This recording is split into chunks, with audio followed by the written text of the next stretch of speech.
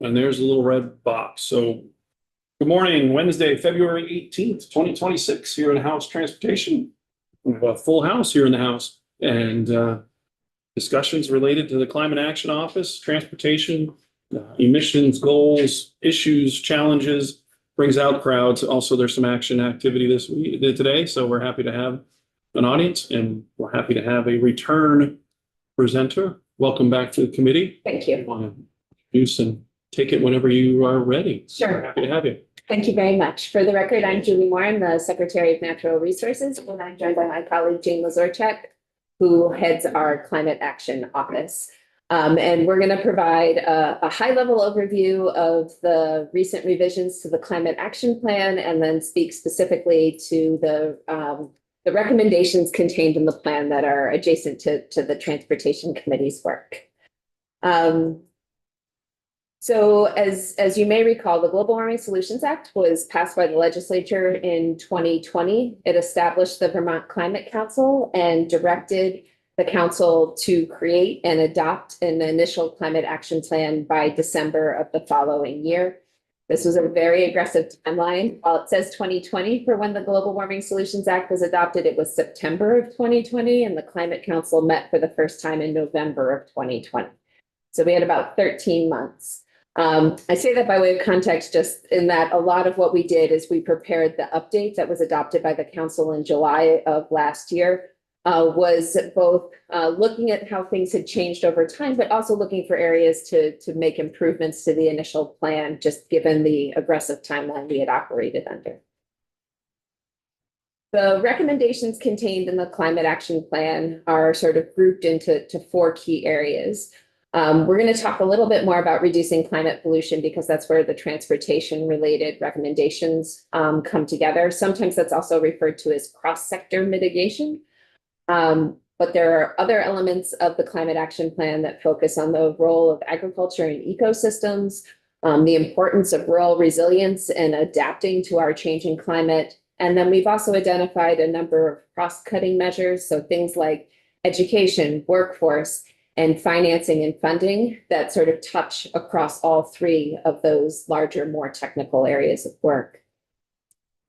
The way we went about updating the plan was to continue to rely heavily on the 5 subcommittees that were established to support development of the initial plan. 3 of them match the titles of 3 of those chapters: rural resilience and adaptation, agriculture and ecosystems, and cross-sector mitigation. We also have a Just Transitions Committee that was included in the Global Warming Solutions Act. And that is a team looking to make sure that equity is baked into all of the work we are doing, looking for ways to help marginalized and frontline communities, and also ensure that we are being thoughtful about the potential impacts different implementation measures could have, most notably on low and middle income Vermonters.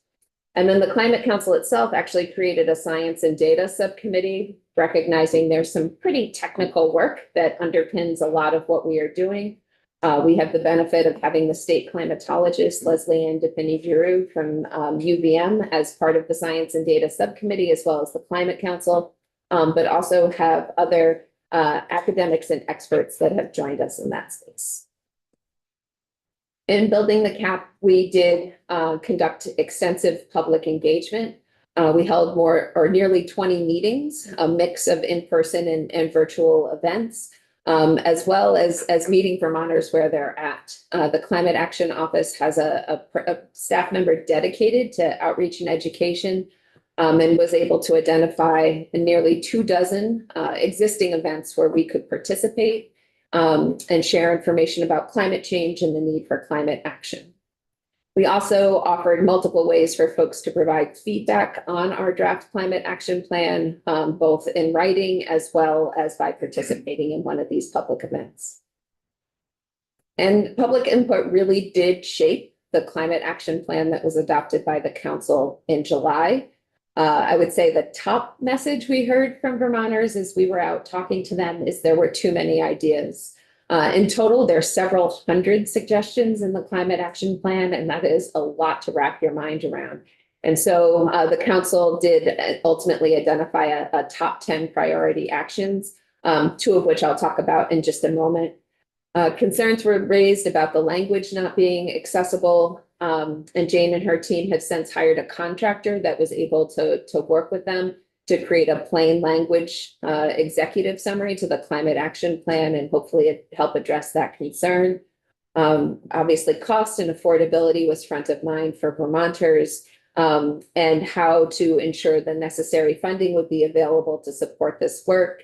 And then there were also technical questions that were brought up in addition to these sort of, I would argue, big picture framing questions, including why there wasn't any mention of geothermal networks in the original draft plan. And so with suggestions like those, we did create a small number of new recommendations. There's some really important context for our work that has been unfolding over the last 15 months or so, which is that the unprecedented federal investment in climate action is ending abruptly.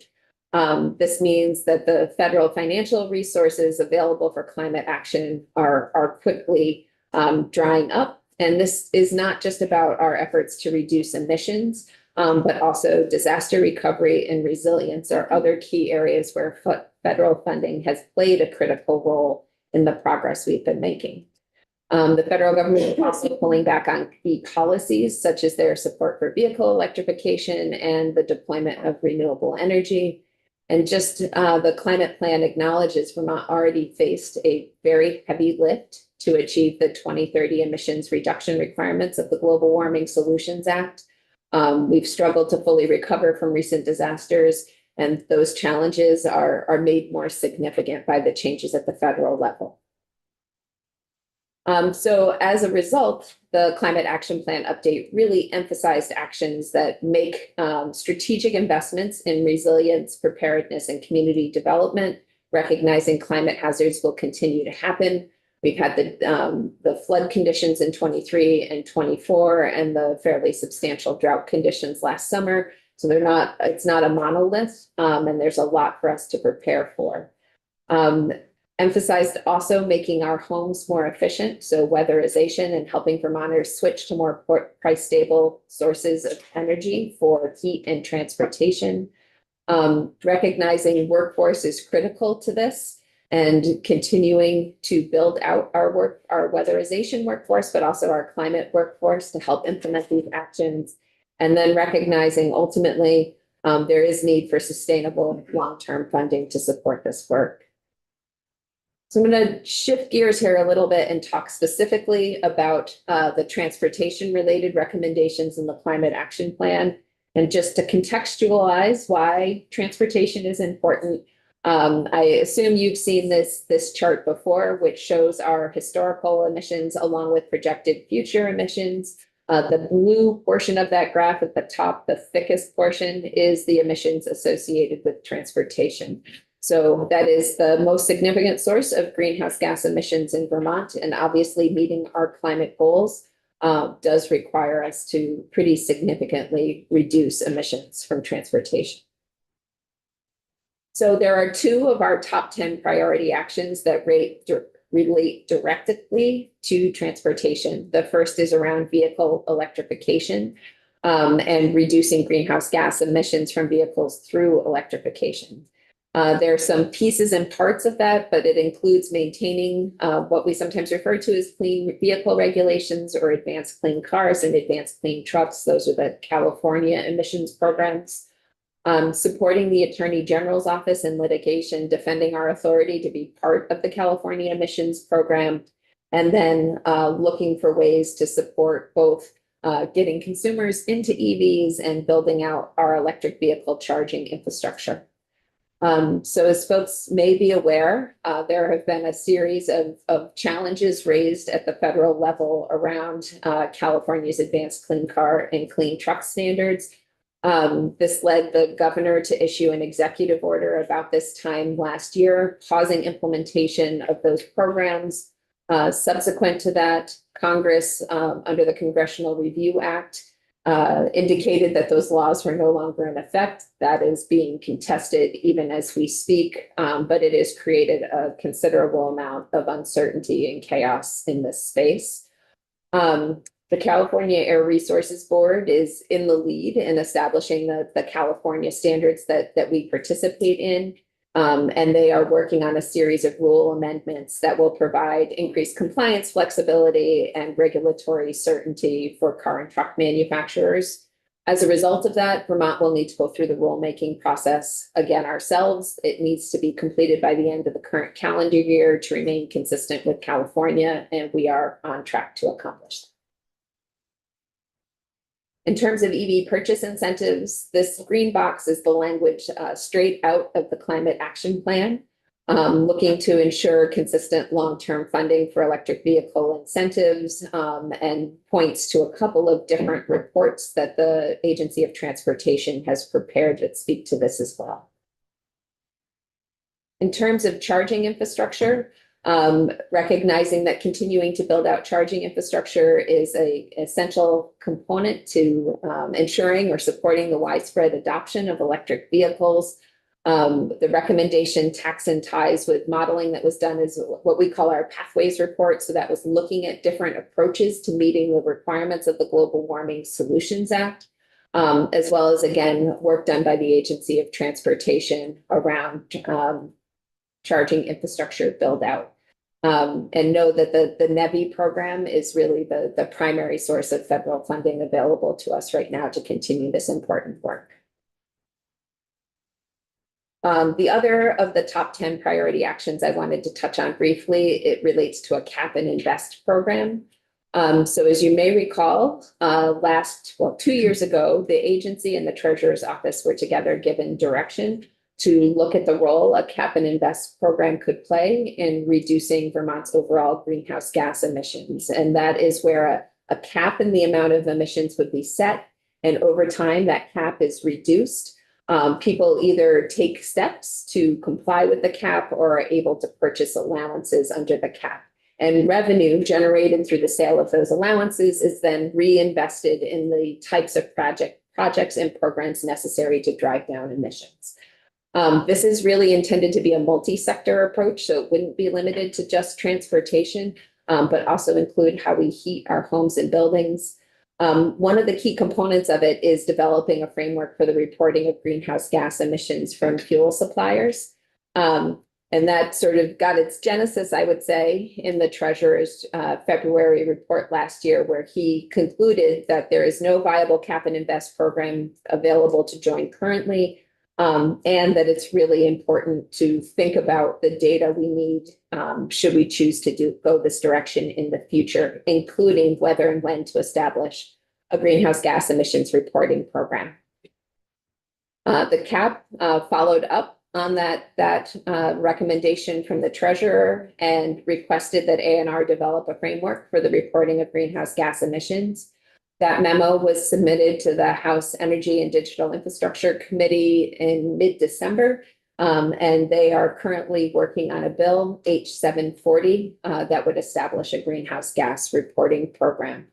I think the biggest challenge in this space is the resources needed to do this work and do this work well. I would say one of the things we learned from the Clean Heat Standard, where the PUC attempted to create a similar reporting program, is that without adequate staff to ensure compliance with the requirements, you end up with a partial data set that is in effect no better than no data at all. I think the PUC estimated only about 55% of fuel suppliers participated in the registry they had established. There are also a lot of affordability concerns that come up every time we talk about a cap and invest program. And so there is work to be done in this space as well before launching full long into a cap and invest. Thinking about how those revenues would be used. The Climate Action Plan specifically recommends providing direct payments or rebates in as close to real time as possible to Vermonters to offset the cost of living increases that would occur under such a program. And then also providing direct incentives to low and middle income households to swap out their heating system, change the kinds of vehicles they drive, essentially start to mitigate what otherwise would be some of the cost effects of a cap and invest program. Beyond the top 10, there were a small number of additional priority recommendations that also relate to the transportation space, and they really get into this non-motorized or multimodal transportation. This includes looking again at work that was already done by VTrans related to smart growth and some of the work they did under the carbon reduction strategy, both of which provide advice or ideas about ways to approach this work. And then also a recognition that the Downtown Transportation Fund could be leveraged in a manner that helps further accelerate this policy. So in terms of next steps and around the implementation of the Climate Action Plan, many of the recommendations contained in the plan will require a combination of the legislative and administrative action. There's both statutory changes that will be required to support some of these pieces, as well as resources necessary to advance key recommendations. The Global Warming Solutions Act does require that ANR adopt any rules that are called for in the Climate Action Plan, and that timeline resets each time we adopt an updated version of the plan. So at this point, if there were rules directed by the plan, we would need to go through the rulemaking process by July 1st of this year. However, the CAP did not contain any such requirements this go round. In the initial version of the CAP, there was a directive to adopt the Advanced Clean Cars 2 and Advanced Clean Trucks regulations, which is why we had moved through that work at such an expeditious pace. The council sort of slows its cadence a little bit in this time between plans and really is focused on monitoring and tracking progress with implementation. Each year, the agency issues a greenhouse gas inventory, usually in the June timeframe. It lags by about 2.5 years, the calendar date. So we will be publishing shortly the 2023 greenhouse inventory inventory this June that will show our progress to date in reducing greenhouse gas emissions. And so that's a place where the Climate Council will check in and discuss the progress that's being made. The Climate Council is continuing to advocate for resources to make the plan actionable, and that includes working with both state agencies and the legislature to take necessary next steps. The Climate Council in general meets about quarterly during this time frame, and in part that's to continue to provide a forum for public engagement. And then we will bring our subcommittees together to support the work of the Climate Council. But really, it will be about 2 years in it before we start to gear up again for the next update to the Climate Action Plan. And with that, Jane and I would be happy to answer any questions you might have. Representative Burke. Yeah, thank you very much for that, for your work on this. What's the difference, or what's the, your greenhouse gas reporting that's lagging to yours and the H740? What? Sure. So the greenhouse gas inventory is collecting actual emissions data, right? And so it comes from a variety of sources, and it is all of the it's all of the sectors reflected on this chart, right? So it includes estimates related not just to transportation and buildings, but also the electricity sector, agriculture, et cetera. The greenhouse gas reporting rule would really be focused on fuel suppliers. So it really would be narrowed to transportation and fossil fuel-based heating fuels. It's also I would say more real time, in that those entities would be required to report to the agency at some cadence, either quarterly or annually. A lot of this work right now is our inventory work is performed by, we collect data that the tax department and DMV receive around transportation and heating fuel sales, as well as rely on some national level data sets that are downscaled for our use in these other sectors. I might just comment that the real lag in our inventory is actually not caused by fossil fuel sales in Vermont, but the lag is in large part caused by non-energy data that we do rely on national data sets that tend to be almost 2 years behind calendar year. So in other words, like the secretary issued a press release last year estimating what fossil fuel sales emissions would look like for 2024, which is the first year of the statutory requirement of the GWSA. We cannot produce that number legally required through the greenhouse gas inventory for 2.5 years because of these other sectors, but we have a good understanding right now around fossil fuel sales largely in real time. What we don't have is the entities who are reporting, which would be the basis for any future policy considerations. Representative Cox? Yeah, thanks for this. Just a question on the Science and Data Subcommittee.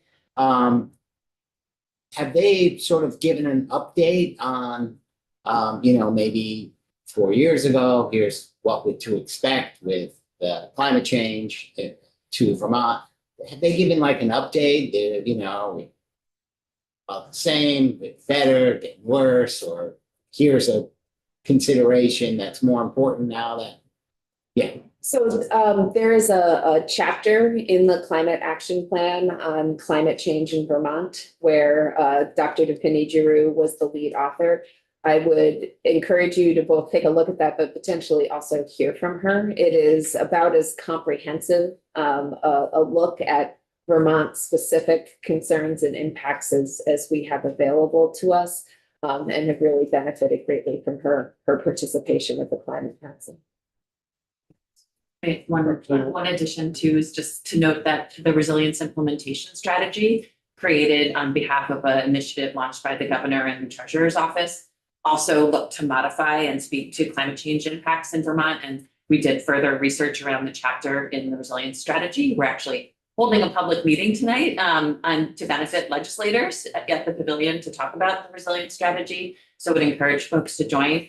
And building off of that work, we'll be creating an adaptation and resilience index for the state, which was sort of building on our municipal vulnerability indicators tool that was required in the Global Warming Solutions Act, and looking to reach consensus around downscaled climate data, because we actually rely on significant different models to look at the impacts of climate change on Vermont, and there hasn't been consensus yet around the scientific community around what the best forecasting is. Okay, thanks. Representative McCauley and then Representative Lowry. So looking at this chart, the lag, because it seems like the last time reported is 2022, the lag is simply, it's because you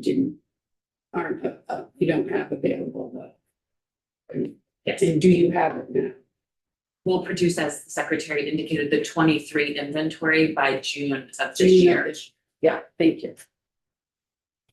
Representative Lowry. Yeah, I am very encouraged to see in the update that the smart growth has been sort of elevated in ways that it wasn't before. It is a great way to amplify public investments in these scarce budget times. I think some of the most effective things we can do. I just encourage everyone to be bold about implementing Act 181 so we can actually have smart growth.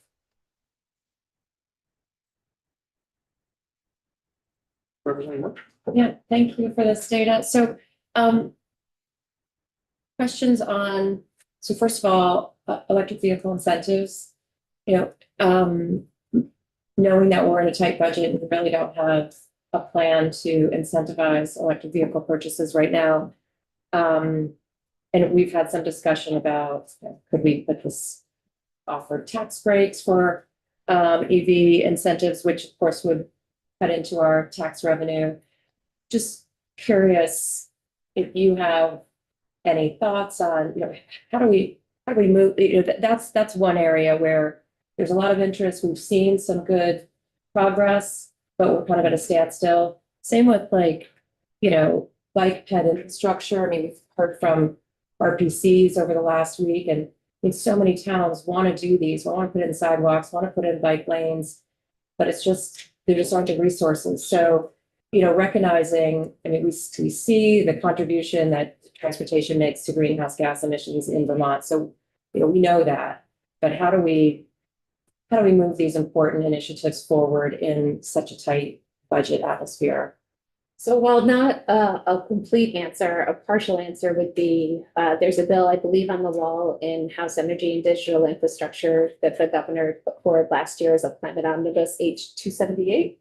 289. 289, it's close. H 289. Well, actually, Representative McCoy introduced it on our behalf, but it includes in it RGGI, the Regional Greenhouse Gas Initiative, which is a coalition of most of the northeastern states down along the seaboard into Maryland, participate in together to drive down emissions associated with electricity generation.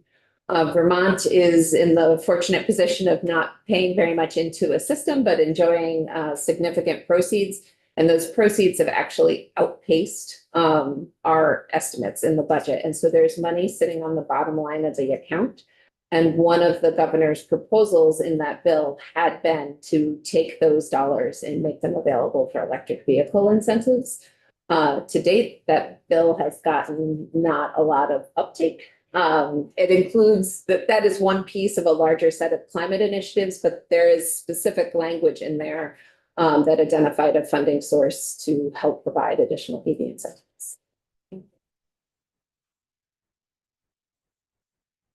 Anybody else on their questions? So one of the things that's going to come in front of the committee that's being worked on in the Senate right now, talks a lot about state inspection. A big part of that is emissions from vehicles. What is the agency in any spot and comment on where emissions testing relates to California Clean Car Standards and California Air Review? Yes. Air Resources Board. So yeah, I can provide some comment, but I'd also encourage you to hear from our Air Quality and Climate Division, who's really the lead in that space. I think first and foremost, it's important to separate safety inspections from emissions inspections, that those are two separate bodies of work. Perhaps that can go unsaid in this committee. Some other places I know that there's more confusion about inspections not being a monolith. In terms of the emissions inspections, we have to submit what we call a SIP, or a state implementation plan, to EPA about how we are going to meet different air pollution requirements. We're part of something called the ozone transport zone. And it means that there are concerns, excuse me, about the formation of ground level ozone in Vermont. And we are making commitments about how we're going to reduce our contributions to ground level ozone, and at the same time recognizing it's a regional problem. Unlike water quality in Lake Champlain, where you can draw a pretty clear boundary around who's responsible. When we're talking about an airshed as opposed to a watershed, it's harder. That's a very long way of saying we will need to do some modeling to confirm that we aren't running afoul of the commitments we've made in our state implementation plan if we were going to go to biannual inspections instead of annual inspections. That's work that is absolutely possible to do. We know that there are other states in the Northeast that have made that change. But it's really important for us to stay in compliance with our implementation plan and remain active with the Ozone Transport Zone Coalition. What about no inspections? I don't believe we could get by with no inspections and maintain the commitments we have in the state implementation plan. Representative Burke? Yeah, I think that brings up another aspect of the climate issue, is that by reducing emissions, we also help air quality and public health. And Yes. that's something that's very often sort of not emphasized or forgotten. We're talking about climate, we can't do anything, it's, too expensive or whatever, and it's not only for the environment and affordability too, but we all know that lower non-fossil fuel sources of heating and transportation are also less expensive to operate. So just wanted to make that point. If I might, Representative Burke, what we weren't able to go into detail here on today, but for the benefit of the climate action plan and then for future recommendations and understanding, our office maintains a contract with the Stockholm Environment Institute, and we use that group to maintain something called the Low Emissions Analysis Platform. That model looks at our current emissions and what our current policies and regulations on the book get us for emissions reductions. And then looks to complement, like, as you pull these levers, like deploying more in electric vehicles, look at more reducing vehicle miles traveled through smart growth policies, et cetera. What are the emissions benefits you expect to see from those? It's a model estimate.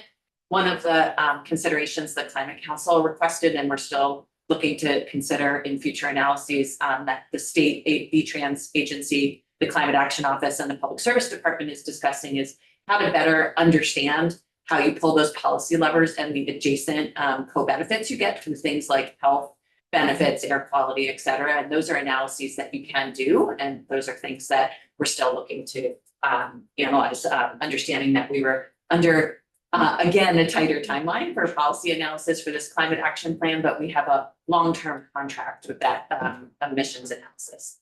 What's the name of that? It's called the Stockholm Environment Institute, and I'd be happy to follow up and just share for testimony the presentation on the analysis they did for the climate action plan around emissions modeling and cost, and we're looking to refine that over the next year or so. That'll be great. Thank you. Any other questions or comments or pieces? I had, I'm not sure, I'm gonna put notes on it real quick, so you might have to wait that one out. Why the downtown transportation fund, I guess, was mentioned in terms of why that was particularly singled out in the presentation. Was it downtown? You can go there and please that. Some area that we do have an influence on. Correct. Obviously the downtown transportation fund is making investments in our designated areas, and it was identified as a tool that could help sort of promote multimodal or active transportation solutions, and may pivot to look at Andrea Wright from the Transportation Agency, who may be able to help with a little bit more detail on that.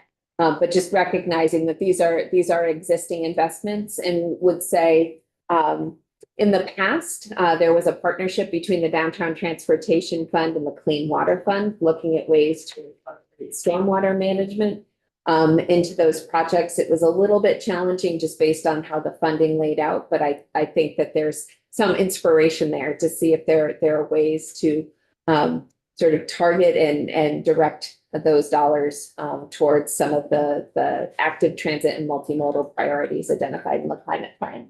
Yeah. Is there anything you'd add? They're in it. Andrew Wright, environmental policy manager. It's it. It's to promote that smart growth.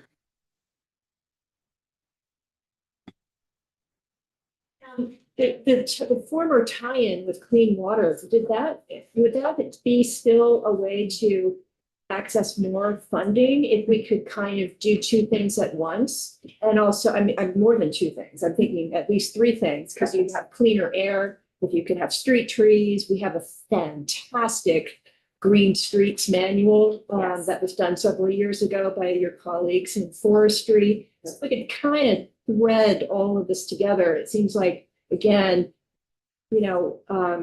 strategic investments with amplified impacts in an era where we're struggling to keep the lights on, basically. Agreed. I think the biggest challenge with clean water was a timing piece. Okay. And that when these projects were coming into the Downtown Transportation Fund for funding, which was sort of the first time ANR would maybe become aware of them, they were already pretty well developed, and asking people to incorporate stormwater management in particular, including things like street trees, but also other practices, felt challenging to applicants in that moment, and that they had already invested considerably in design.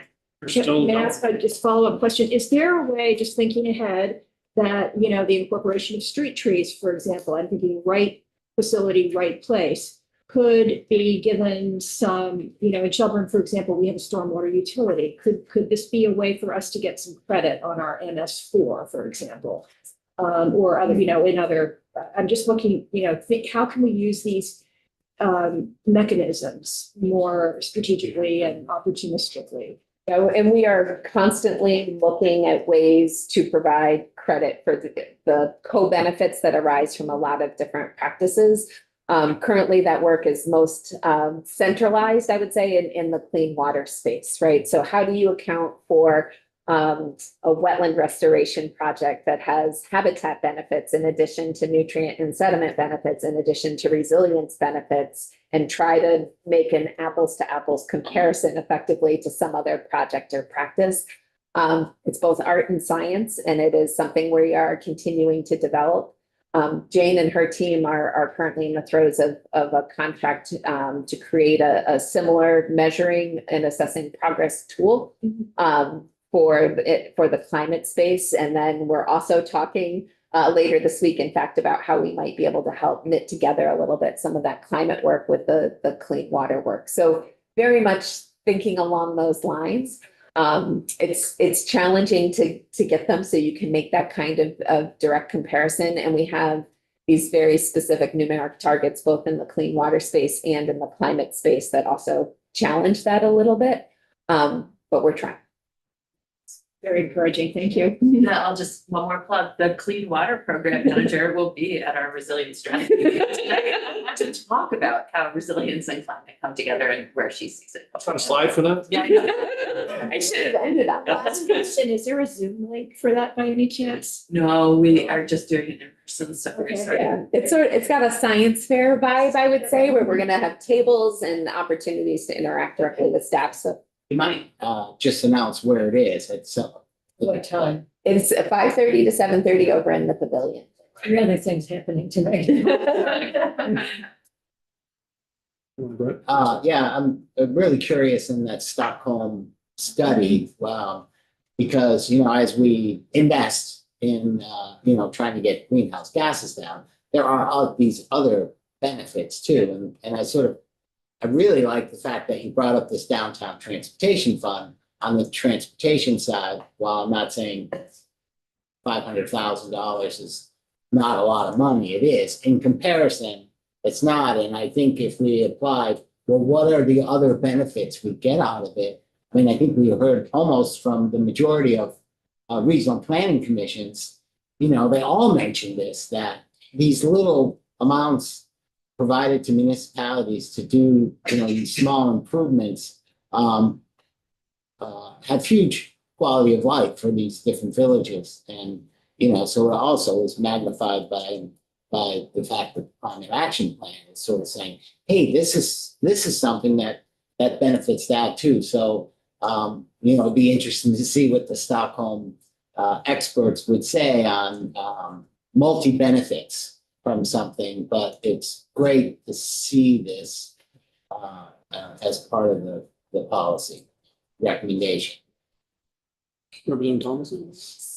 I have a question about the potential of cap and invest programs. It was disappointing last session to hear the treasurer's report on just the lack of viable programs to join. And I know there's, multiple steps towards preparing to be able to join a cap and invest program. And one of them is monitoring for cap and invest programs in other jurisdictions. I was wondering if you could share updates on what's been happening in New York or other opportunities that Vermont may have in the future to make more tangible steps towards it. Sure, I actually defer to Jane, who's been actively engaged with New York in particular. Yeah, so New York, last December, at the 11th hour, as they had been preparing a suite of 3 rules to advance, one would have been a greenhouse gas reporting program, one would have established the cap, and one would have established the trading mechanism, rescinded the second 2 rules and are advancing only a greenhouse gas reporting program right now.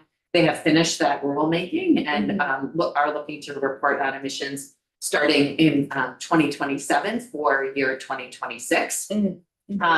We are working very closely. We have a common interest agreement with New York, where we've been talking with them about resource needs, about what our reporting program would look like, and staying very much in sync with them around if and when they would ever move forward with the other 2 components and to advance a cabinet investment. I think, as probably noted, the treasurer noted that with the Western Climate Initiative, which is the other program, economy-wide climate program in this cabinet invest program in the country, is 20 years essentially under the belt already. And so they've had 20 years of ramping down their cap, as a result, ramping up cost. And therefore, at this point, the treasurer's understanding and recommendation was that cost impact of joining a program that was 20 years to date, we would be what is called price takers. Our market share would be so small that we would not influence the cost of that cap and allowance. And therefore, that would be a pretty hard economic hit for us to sustain. And as a result, indicated that we should work most closely with New York to monitor them and consider joining with them at the ground level, so that influence, not to mention that 60% of our fuels comes from New York. And therefore, any kind of a program that they would stand up would largely influence the cost of fuels coming into us anyway. So we have a common interest agreement with them. There's much work shared in common with New York, Cap and Invest, Climate Superfund. We meet with them fairly regularly to have confidential conversations about next steps. Yes. Okay. Well, we very much appreciate you coming into committee. I think we covered all of the piece. We have a little bit of an agenda adjustment. So yeah, we're gonna move to the request from the committee and some of the members, several members. We have Catherine Crowley from the chair of the Stowe Energy Action team here that is going to take the chair and transition and would like to testify on a few related topics. So we're going to make a quick adjustment before lunch, and thank you, Madam Thank you. Secretary. Thank you. I appreciate the opportunity. Yeah, just sort of set this up. Yep, you're headed up. So I think today, a number of, energy committees from different municipalities have come to the State House to, talk about, legislation, some of the things they're doing. I think this is an opportunity to hear from your committee and particularly on transportation items. Yeah. Great. Thank you very much. Thank you all so much for having me and hearing my testimony today. My name is Catherine Crawley. I am a resident of Lamoille County in Stowe. I serve as the chair of the Town of Stowe Energy Committee. We are a 7-member appointed board by the Select Board. So I'm going to talk today about in support of the transportation bill, in particular H863. And I'd like to share my experience in 3 ways: as a resident, the owner, as an energy committee member for the town of Stowe, and then there's also as an employee of a statewide organization. I'm also the communications director at the Vermont Arts Council. So first, some context. You've already heard a great deal of context from the secretary, which is great, but I'm going to fill in a couple of other things. As you know, transportation continues to be a significant portion of people's household energy costs in Vermont. In fact, transportation is the 2nd largest annual expense for most households, surpassed only by housing costs. Vermonters drive more miles per capita than residents of any other state in the Northeast. We're a rural state. We have low population density, so that would explain that. With an EV, your dollar actually goes farther. Combined with maintenance savings, the lower fuel costs of EVs typically result in $6,000 to $10,000 lower lifetime costs compared to gas vehicles. And that's even without any EV purchase incentives. That's according to the latest Energy Action Network annual report. So replacing gas and diesel vehicles with electric vehicles is one of the most significant actions to reduce climate pollution that Vermonters can take. While EVs are responsible for more GHG emissions during the manufacturing phase due to battery production, gasoline cars have much higher emissions over the full lifetime of the vehicle. H863 also gives Vermonters options for transportation beyond vehicles, such as public transit, bike and pedestrian solutions, and having other options other than vehicles is important to ensure a more equitable transportation system and provides public health and other benefits. And crucially, in this particular time, given clean energy policy, regulatory and funding rollbacks at the federal level, state leadership, it is necessary to continue moving solutions forward to reduce energy costs and cut climate pollution. So I live in Lamoille County, which you may have heard ranks number 3 nationally for climate-related federal disaster declarations. Like many parts of Vermont, we've faced extreme rainfall, powerful storms, and drought. We are about to head into an El Nino weather pattern, which is estimated to hit sometime between June and September. of this year. This hot new phase will likely set new global weather temperature records and is sure to supercharge rainfall here in Vermont, unfortunately, and other weather-related carnage. So my experience is I leased my EV from Montpelier VW in April of 2024. The first 6 months, I did not have a home charger, and I relied on the network of chargers around the state. I work for a statewide organization at the Vermont Arts Council, so I spend a lot of time on the road visiting various organizations and enterprises that are part of our great creative sector here in Vermont. So it's crucial that when I pull up to a charger, I can rely on it to work. Last year, I was in Manchester. It's a good 2-hour drive from my home in Stowe. I found a great bank of chargers behind a municipal building. And I pulled up to those chargers, but I had to try several of them to get them to work. And at one point, I actually had to call the service number on the charger to have them reboot it to get it going again. So to be fair, problems with machines aren't always the fault of a municipality, but if we had a more reliable, consistent network of chargers statewide, we would have a greater chance of success when we pull up to a charger, which is why I'm so supportive of the provision in H863 related to the EV charging accountability and pricing transparency. Anything we can do cost effectively to do that eliminates the anxiety and challenges of finding charging from home on the road is key. The provision would help EV drivers by enabling them to use a credit card to pay at the charger instead of having to download a variety of apps that may or may not always work and are not always accessible in rural Vermont with connectivity.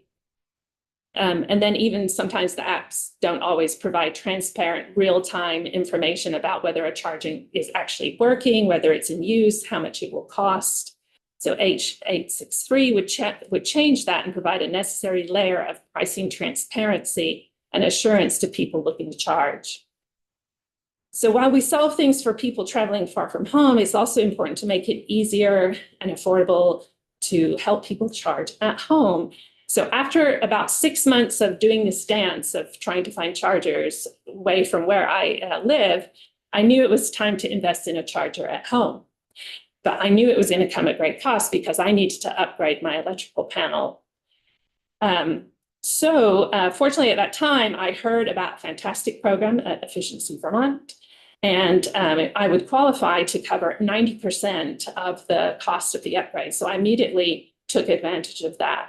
And I'm ever grateful to Efficiency Vermont for providing the support and enabling me to make the necessary changes at home. A friend in Stowe who also leased an EV about a year before I did eventually had to give hers up. She lived in a condo and was unable to get a charger for her multiple housing residence. So she reluctantly went back to gas. However, she would have likely stayed in her EV if a more robust network of chargers had been available at the condo association. They could have supported to installing those chargers, which again is why I support the right to charge provision, which is in the H863, that right to charge provision for condo and homeowners associations. And I hope you will too. Which brings me to the work of the Town of Stowe Energy Committee, recognizing the value of EV chargers to the town, its residents and businesses and visitors, especially tourism is a big part of what we do in Stowe. The committee has worked hard to explore every possible avenue for expanding our EV charging network.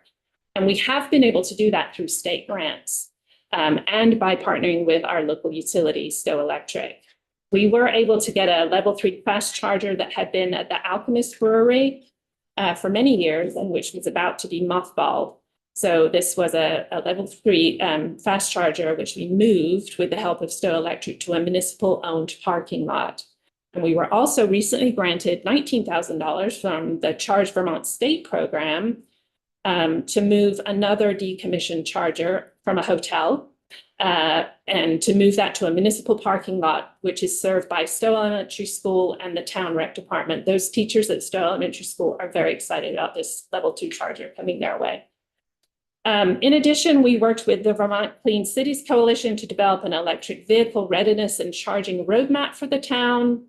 The committee also entered into agreement to utilize the National Charging Smart Program, a free technical assistance program for encouraging EVs and chargers in communities. And our student members researched how to electrify our police fleet.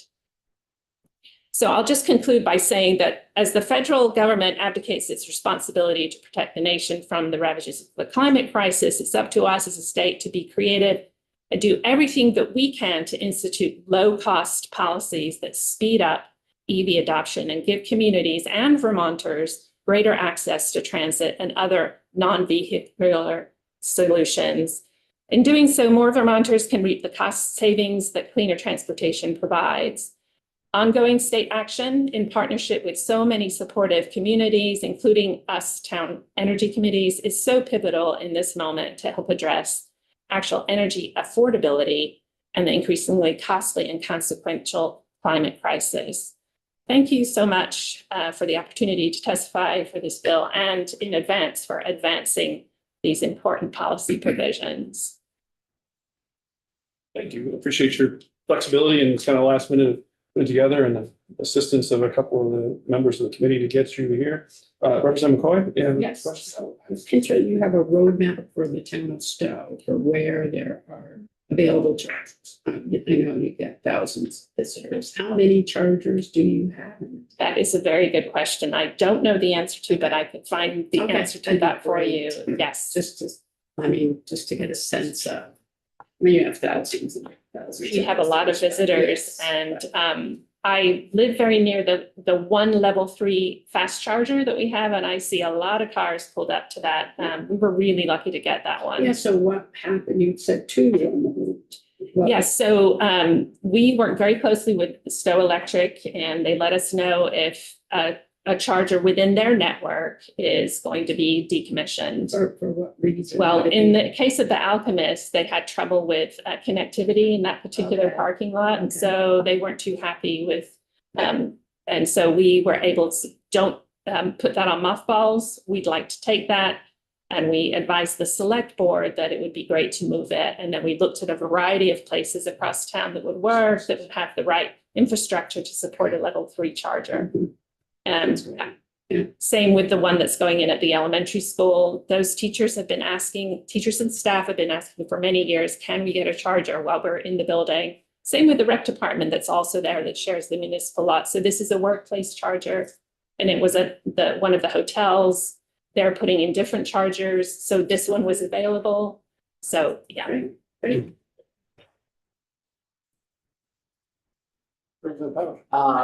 Thank you very much for this, and we didn't speak ahead of time, but you hit a lot of points that I like to bring up for this committee on the charging in particular. Have you had any experience with ACCD grant program that helps condos, public municipalities or recreational areas to add in chargers? Have you had any connection with them, or are you aware of them? This, maybe you're referring to the Charge Vermont program through ACCD Yes. right now? Yes. Yes, and that is we were just recently awarded a $19,000 grant to move this they don't even have to buy the charger, it's available, it's at the hotel. The hotel is undergoing reconstruction and putting in new chargers. So through that program, yes, we were able to acquire that charger and move it and do the necessary make work to get that charger in. So yes, that has been a great program. And as I understood it, they didn't have too many chargers in Lamoille County supported through that program. So this was one that they could do. And sort of a follow-up, you mentioned a condo association that someone was living in trying to get a charger. Can you describe what some of the barriers were to like moving that forward? Was it just the association said no? Was it confusion? You know, what? Yeah, I don't know the particulars, but I think it's a variety of things. It's just as a barrier when you have a multiple family housing situation and you perhaps are sharing parking spaces in a garage or in a parking lot. you have to get agreement from the homeowners association to put in the charger, and that becomes difficult. That becomes a barrier. So what we want to be able to do is make it easier for those things to get done. I thought it was interesting that particular piece is that we've had vehicle dealers in here previously for testimony. And it says that the return of somebody who has home charging to stay in electric is at an incredibly high rate in terms of buying again. And those that do not have access to home charging almost always go back. That was We've heard that from the Yeah. number one electric vehicle dealer in the state, that he can keep them if they're got home charging, and if they don't, then they don't rebuy. So that is direct. It fits very much something we've heard. And I also hear from the members of the committee regularly that it's sort of like a pioneers that are out there and have chargers of ride electric vehicles where they're going to get charged if they're out and across, and they have to spend quite a bit of time planning their trip in a different world. So it's nice to hear it directly from. So I appreciate your flexibility in getting in, and thank you, Yeah. Representative Burke, for putting it together. We try to accommodate almost every member requested testimony. But if you want to sum us up before we go to lunch. I have a comment. I just want to say how impressive it is what you've done in your town. And thank you, how great it is to see, local action dealing with the problem. And Thank you. Thank a lot of great energy coming in the state, James. And Thank you. We are adjourned until 1:15, where we're going to pick up on the local option tax testimony.